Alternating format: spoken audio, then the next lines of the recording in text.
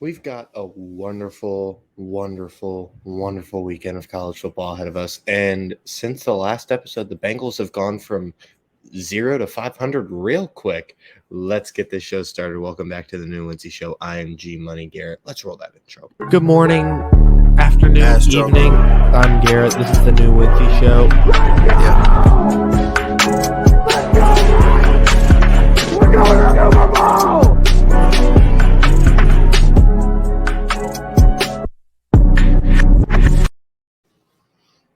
Welcome back to the new Wincy Show, guys. What is up? It is G Money, ya boy, Garrett, back.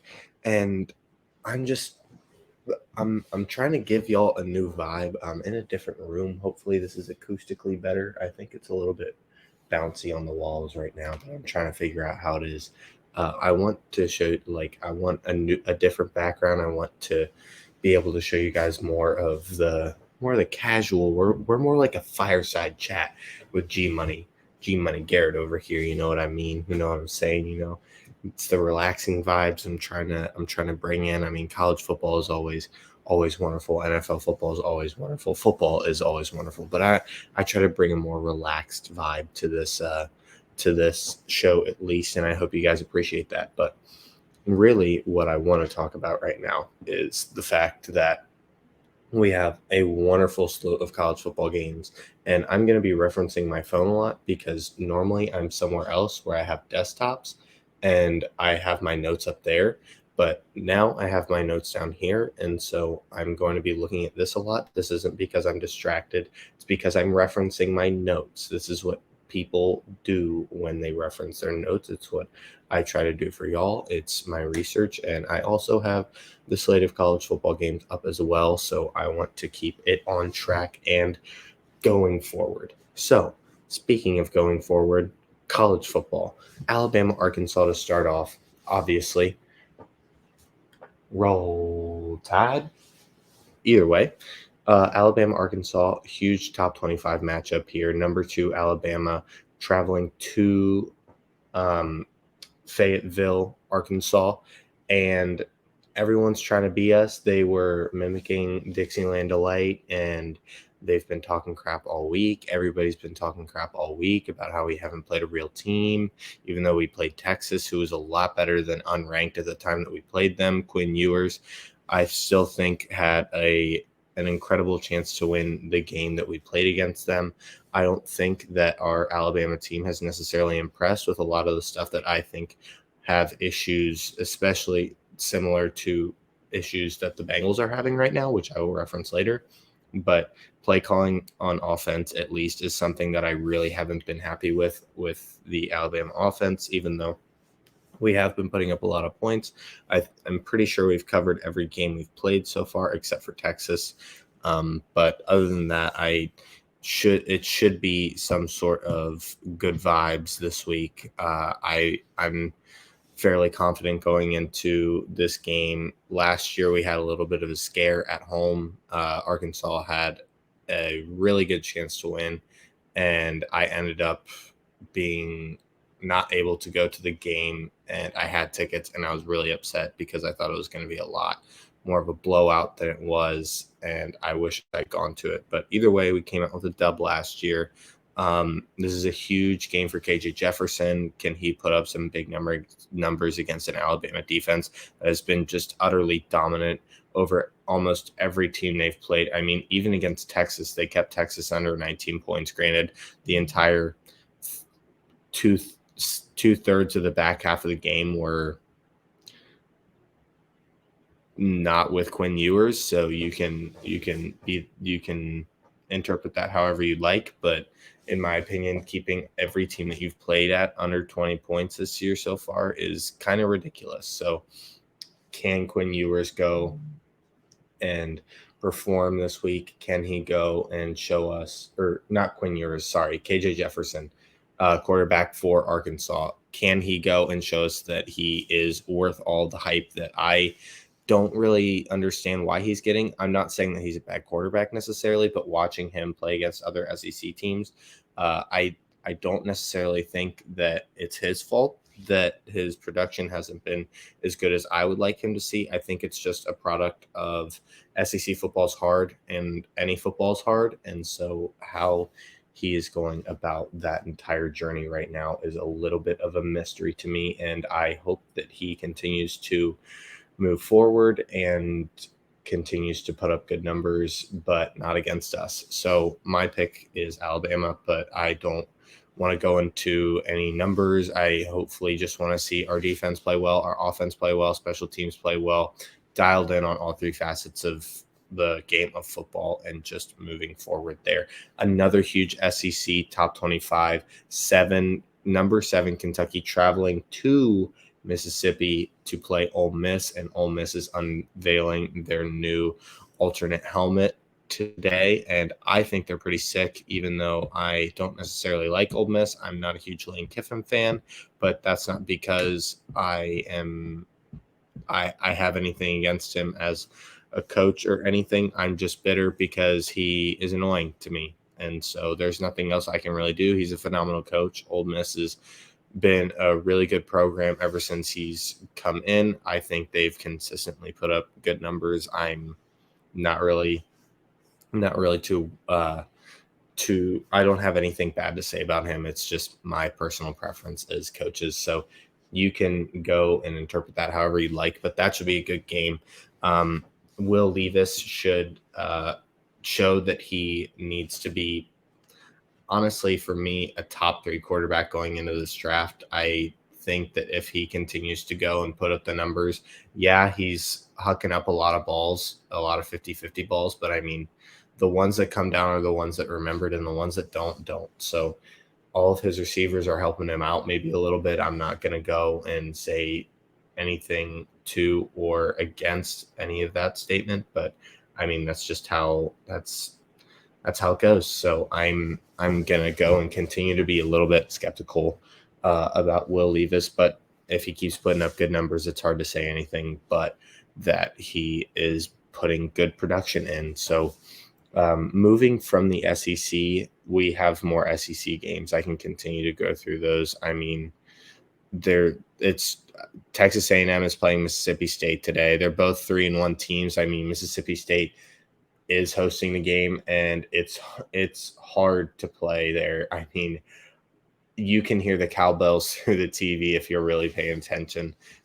They're not quiet, and Texas A&M is a team that has a monkey on their back after Appalachian State, and I think that they need to prove to themselves and the committee that they still deserve to be in the running for the college football playoff, and that means winning out, honestly. So any of these teams that have one loss right now who are expecting to go into this huge slate of teams at the top 10 right now who are all debatably interchangeable in the college football playoff, other than I'd say probably Georgia and Alabama and Ohio State. And that 4 spot is open for anybody who is willing to pounce in there. I mean, Penn State looks great. Penn State absolutely mollywopped Auburn. And if Texas A&M, they need to win out if they want to have any chance of getting into the playoffs. And I know that they really were looking to get to that point this year. But honestly, after everything that Jimbo Fisher said about Nick Saban and Alabama, I really am not. I think Texas A&M could be rolling up to one of the top spots for my most disliked SEC teams, but that's once again just personal preference. So we can move on from that. Georgia and Missouri, another SEC game. I don't think Georgia's going to have anything too tough with that. And then obviously you have the Ohio State Buckeyes hosting Rutgers, should take care of business there. And then one more thing was Michigan going to Iowa. That is going to be a good game because Iowa is 3-1 right now. Iowa's always known for pulling off a couple big upsets throughout the year. Their trenches are always good, and that's how you win games like these in early mid-October. At the beginning of the year, you got to win the war in the trenches, and you got to be able to make sure your big guys are making plays, and Iowa is definitely no stranger to that. So hopefully Michigan can go in there and maybe continue to hold their top spot in the college football playoff. in the rankings right now, they're number 4, and maybe they can hold on to that last spot in the college football playoff right now. But for now, we're going to continue to focus week by week. And that right there is most of the top-notch games that I'm worried about. I'm going to go ahead and look at what they have for UC right now, and they're playing Tulsa. Traveling to Tulsa, UC should be able to take care of business. Cincinnati is, I trust in Luke Fickell, you trust, right? I think that's how everybody's saying today. So hopefully they're able to go and take care of business there. But honestly, should be pretty impactful games today if you can go and get 1 or 2 of these upsets where a big team is going to get knocked off. I'm not necessarily sleeping on Arkansas. They put up a hell of a fight heck of a fight last time, or hell of a fight. It doesn't, it's what they put up a heck of a fight, and they're not a team that's going to go down easy. If you're going to go and try to underestimate them or game plan for next week before you're done with this week, then you're going to get punished. And hopefully my Crimson Tide can pull something out today. But moving on, the Bengals are now 2-2. We went from hardcore panic mode to hardcore relaxation. We're only 1 game back from the top spot in the AFC, not just in the AFC North, in the entire AFC. We did just knock off the only undefeated team in the AFC, that were the Miami Dolphins. No hate on what happened during that game, though. I am very disappointed that Tua got hurt. I think that there was definitely some precautions that probably should have been looked into a little bit further. I don't think Tua necessarily should have played that game. I'm a huge advocate. I have had concussions in the past when I've played other sports. I had a concussion in basketball once, which I didn't even really think was that feasible because you're not really going and hitting people. But I went and it was a rebound and I got knocked out in concussion, and I wasn't allowed to play for 2 weeks. And these are grown men, 250 pounds, using their full force going at you. And if you're not taking all the right protocols, I really think after seeing Tua go down against the Bills like he did, he should not have played in week 4 against us. But then again, it's not my team, and those guys are professionals and they want to play. We only have 17 games. It's not like the NBA or NFL or MLB, or not NFL. It's not like the NBA or the MLB where you just have games on games on games that you can miss 1 or 2 and be okay, and your team can go and recover from something like that. I mean, you only have 17 of these, and once you're in the playoffs, it's 1 game and you're done. So obviously I understand Tua wanting to go and play with his guys and his parents being there, and him wanting to go and show and continue to try to get this Miami team into a better spot going forward into the season. But honestly, I just pray for Tua's health. Roll Tide for life, and hopefully the Dolphins medical staff is able to go and allow him to recover quickly and swiftly. And until he is 100%, I don't want to see him on the field again this year until he is 100% healthy, and we are 100% confident that there will be no more instances like that if he gets tackled or sacked or anything or hurried or whatever. So just moving on to that. But I mean, the last time that I recorded an episode, I didn't even realize we were going to have a short week. And so when I was looking at this episode and how I was going to record it, I mean, it was incredible to see how we could have the opportunity in 5 days go from last place in the division to possibly tied for first if all goes well on Sunday with games in the AFC North. I don't think we would be tied for first, actually, because our tiebreaker, we would be sent back to second because of our loss with Pittsburgh. But no worse for wear. 2-2 is always 2-2. And if we can get all the teams in the AFC North back to 500 or under, and we continue to go and stack these wins, I think that's the most important thing right now for our team, is just stacking wins. Because when you look at how our offense has played over these past games, obviously week 1 and 2 were a little bit frustrating, and a little bit that we almost feel like we were bloated and we were very constipated on offense, and we just needed like a play to break it out, and there was just no breakout play that was going to go and open up our offense to be able to go and just clock.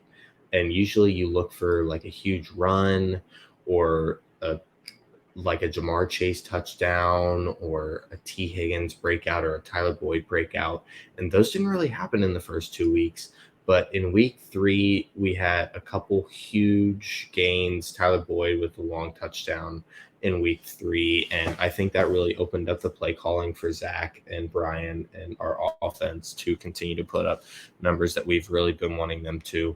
So if you're able to go and continue to stack that, I'm really kind of still worried about the run game, because honestly, Joe doesn't look comfortable in the backfield. He doesn't look comfortable running. He doesn't look like he's in a place that he feels 100% comfortable and confident in himself and his line in front of him. And that kind of concerns me, considering the fact that Jamar is basically getting quadruple covered these past couple games. I mean, he looks really frustrated out on the field, and Jamar's still putting up fine numbers, but it's hard when you went and had the most incredible rookie season by any wide receiver of all time. I don't even care if you try to talk about Randy Moss. What Randy Moss did was different, because Randy Moss didn't also have a T. Higgins and a Tyler Boyd and a Joe Mixon when he was first in the NFL. Or when he was in his rookie year in the NFL, Randy Moss was different, but Jamar Chase is a different breed of human. And if he's still able to put up, what did he get? Like 80 yards still? And he had no touchdowns, and he was frustrated. I mean, on an off game, if you're still pulling 80 yards, those T games and those Tyler games, and hopefully a Joe Mixon game soon, maybe a Hayden Hurst game, like we had a CJ game last year, and the Baltimore game, and the Jags game last year. Sorry for total brain fart, but if you can continue to stack these wins and hopefully get this run game going, and maybe now that T had a huge game, maybe they'll start to shadow T more. And what Joe said before the season started, I mean, good luck trying to cover all these guys, because one of them's going to be open somewhere. And whether or not that's going to be Samaje Perine on a little dump off and he just falls back in the end zone like they did in week 3, or whether or not it's Hayden Hurst on the final drive of the game, just getting open in the final seconds after we thought it was probably going to end up being a run, just a little dump off pass to Hayden for a touchdown, or if it's a Tyler Boyd or T. Higgins breakout run, or if it's just a normal Jamar Chase is on the case Kansas City type game where one of these guys is going to break out every week. And I feel it. And I think now that this team has truly felt what it's like to win this year, because they remember what it is last year. But this is a different group of guys, especially in the trenches, now that we have DJ Reader out, which hopefully he can heal up soon and we can be able to go and get him back and ready for the later parts of the season. But these guys are so ready to win. And I think those 2 wins at New York and coming back home and beating the only other unbeaten team in the NFL other than the Eagles, which we're not playing the Eagles this year. But I mean, to go and utterly dominate both of those teams on both sides of the ball, every facet of the game, is just really inspiring. And hopefully we're able to do that, because not to say that this team isn't flawed, because there are many flaws. I still think Joe needs to be quicker in his decision making. I still think our receivers need to get more open. I still think Joe Mixon needs to get better in the run game. And I think Zach needs to get better at play calling. But our defense looks amazing right now, and defense wins games. Defense wins championships. Everyone's heard that mantra, and it is truly coming to fruition right now, especially in the early parts of this 2022-2023 Cincinnati Bengals season. And going into Baltimore next week, you really want to take advantage of this long weekend. You want to take advantage of this rest that you guys just had a weird game with Tua, but you got the win out. You're back at 500. You're scratch even. Don't even think about the first two games anymore. I know you kind of dug yourself a hole in the division with that first Steelers loss, but that's just some unforeseen circumstances that you can't even predict. So honestly, right now, our focus needs to just be continuing to stack these wins week after week, going in, week out, and just executing your jobs, continuing to be disciplined. Joe only got sacked one time in the Jets game, and I don't even remember him getting sacked in the